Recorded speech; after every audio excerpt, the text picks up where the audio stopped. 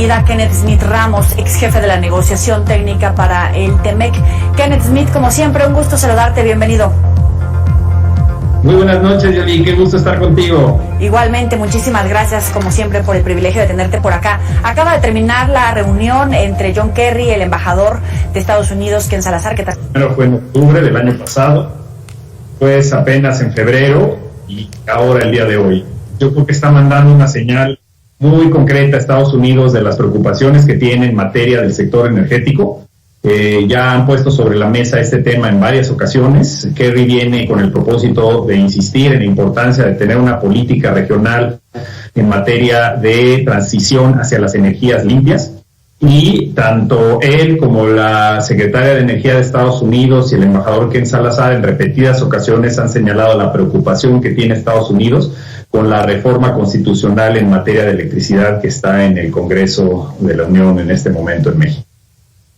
John Kerry decía a su salida que la reforma estuvo sobre la mesa, que van a integrar un equipo de trabajo precisamente para tratar de salvaguardar estas diferencias, encontrar una salida avanzada, consensuada, consensuada para sacar adelante, ¿no?, este acuerdo comercial México, Estados Unidos y Canadá. Sin embargo, hasta donde entendemos de todo lo que se ha recogido en los foros de la reforma energética, de lo que le han escuchado a el gobierno de Estados Unidos, a empresarios estadounidenses y también a los canadienses, parece que el gobierno de México insiste en que no pueden tener más del 46% de acceso en la generación de energía en toda la industria privada. Parece que no va a haber marcha atrás en ese sentido. ¿O tú efectivamente crees que puede haber un cambio? Mira, el problema es que la reforma como está redactada en este momento es claramente violatoria del TEMEC. No puedes tú restringir el acceso a las empresas de Estados Unidos y Canadá que ya habías otorgado el TEMEC. No puede haber retrocesos. Puedes en un futuro seguir abriendo el sector y eso se incorpora automáticamente al TEMEC, pero no puedes retirar lo que habías comprometido en el tratado. Adicionalmente, ese mensaje, digamos, que envía la administración del presidente López Obrador, entre comillas, garantizar un 46% de participación del sector privado en la creación de electricidad, pues es claramente un retroceso. Se generan desincentivos para las inversiones en el sector de energías limpias, en eólico y solar, y esto es un cambio de las reglas a medio camino. Es justamente lo que protege el TEMEC en materia de protección de las inversiones, para que no haya por actos de gobierno expropiaciones indirectas de las inversiones ya realizadas. Estamos hablando de miles de millones de dólares que están en juego aquí, y por supuesto, si Estados Unidos demanda y las empresas en lo individual utilizan el mecanismo de inversionista-Estado, estamos hablando de miles y miles de millones de dólares que México tendría que pagar y también sufrir represalias comerciales en los principales productos de exportación de México a Estados Unidos, como es el tomate, aguacate, el acero, electrodomésticos, etcétera. Sí, es una situación muy crítica. Kerry decía que comparten tanto Joe Biden como el presidente López Obrador la visión en términos de energías limpias. Sin embargo, pues hemos escuchado a varios expertos hablar que la política del gobierno de México en este momento va en contrasentido a estas energías limpias porque está apostando por las fósiles. ¿Tú cómo lo ves? Sí, esa es parte de la preocupación no solo de Estados Unidos. A mí me tocó el día de ayer estar en un foro con el embajador de Canadá, donde mencionó esto mismo. La preocupación es que, por un lado, en la cumbre de líderes de América del Norte se enviaron los mensajes correctos de cómo fortalecer la integración en América del Norte, trabajar de manera conjunta hacia esta transición hacia energías limpias, promover el uso de vehículos eléctricos, etcétera. Pero en la práctica, en lo que está impulsando el gobierno de México con esta reforma, van claramente en dirección contraria de esta transición energética, que es la tendencia a nivel mundial. Ya hablamos de las violaciones en materia del TEMEC, y el tema que debería preocupar sobre todo a los mexicanos es el problema de la competitividad que esto generaría para todos los sectores productivos en México. Es decir, todos los sectores utilizan energía, y en la medida en que hagas cambios legislativos y constitucionales que te vayan a incrementar el costo de la energía en México, estás lesionando la competitividad. Veamos, por ejemplo, en Estados Unidos las medidas que están tomando ahorita por los costos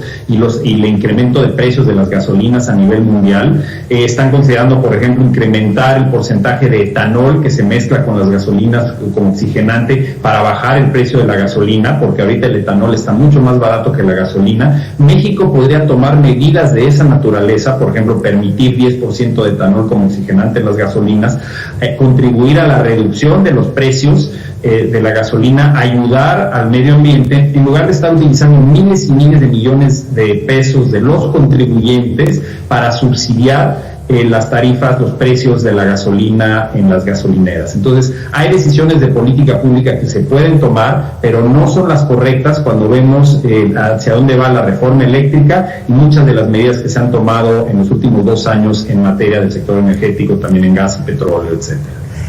Kerry decía que tienen interés en alcanzar la integración regional, seguir avanzando, fortalecer esa integración México, Estados Unidos y Canadá. Sin embargo, con un cambio de reglas, con la pérdida de confianza, la incertidumbre por estas decisiones políticas del presidente mexicano en turno, ¿tiene cabida este tipo de propuestas a largo plazo?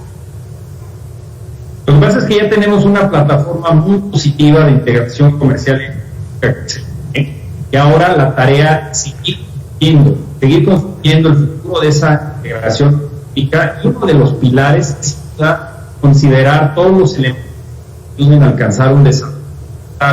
Eso significa crear el paradigma hacia dónde se está moviendo, que las empresas que tienen cualquier país toman en cuenta cuál va a ser su huella de carbono para los productos que sean manufacturados en el país donde invierten. Entonces, en este momento General Motors ya ha señalado que si, por ejemplo, la reforma eléctrica se aprueba como está pensada en México, reconsiderarán seriamente su interés en producir vehículos eléctricos en México, porque al final de cuentas, al favorecer el uso de combustóleo y de carbón para la generación de energía eléctrica, van a acabar incrementando esa huella de carbono de todos los productos que se manufacturen en México. Y esto es grave a largo plazo, puede desde ahorita empezarle a poner un freno a la inversión extranjera, sobre todo en el sector manufacturero, y ese es el tipo de consideraciones que deben analizar en la Cámara de Diputados ahora que se está considerando la reforma energética. A largo plazo no nos conviene un esquema de esta naturaleza, hay que cumplir lo que plasmamos en el TEMEC y lo que los líderes se comprometieron a hacer en la Cumbre de Líderes de América del Norte en noviembre pasado.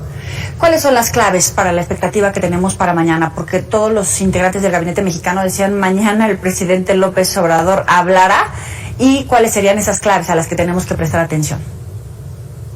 Mira, yo creo que al final de cuentas lo que se tiene que hacer es usar el país, tener la opción, por un lado, aumentar la competitividad de México, trabajar con nuestros principales para que de manera tenemos mayores oportunidades en todos los sectores productivos, y todo esto lo hacemos no porque nos interese tener el mayor número de tratados de libre comercio a nivel mundial, sino porque está demostrado que para México el aprovechar esta red de tratados de libre comercio que tenemos, cumpliendo con los compromisos, nos lleva a mayor inversión y mejores empleos y mejor remunerados. Entonces, esperemos que ante la discusión que se está llevando a cabo en el Congreso, al interior del gabinete respecto a la reforma energética, tomen en consideración estos puntos. Es muy importante darnos cuenta que mucho de lo que menciona el señor presidente en términos de posibles problemas con corrupción en algunos contratos, eso se tiene primero que demostrar, y si se demuestra, existen mecanismos ya a nivel de nuestro propio régimen jurídico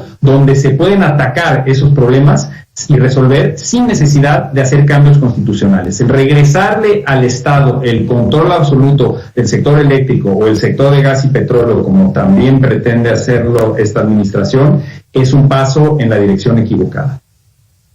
Kenneth, como siempre, muchísimas gracias por estos minutos para el auditorio de Mega Noticias. Mañana también estaremos allí en contacto cuando esté avanzando esta reforma energética ya con miras a la votación. Estaremos en contacto contigo. Muchísimas gracias, Yoli. Estoy a tus órdenes. Muy buena noche para ti. Usted sabe que puede recuperar estas y otras entrevistas en los próximos espacios informativos, en las redes sociales, por supuesto, Facebook, Instagram, YouTube, también a través de las cuentas de Twitter. Le agradecemos, como siempre, su preferencia por estos medios. Bueno, vamos.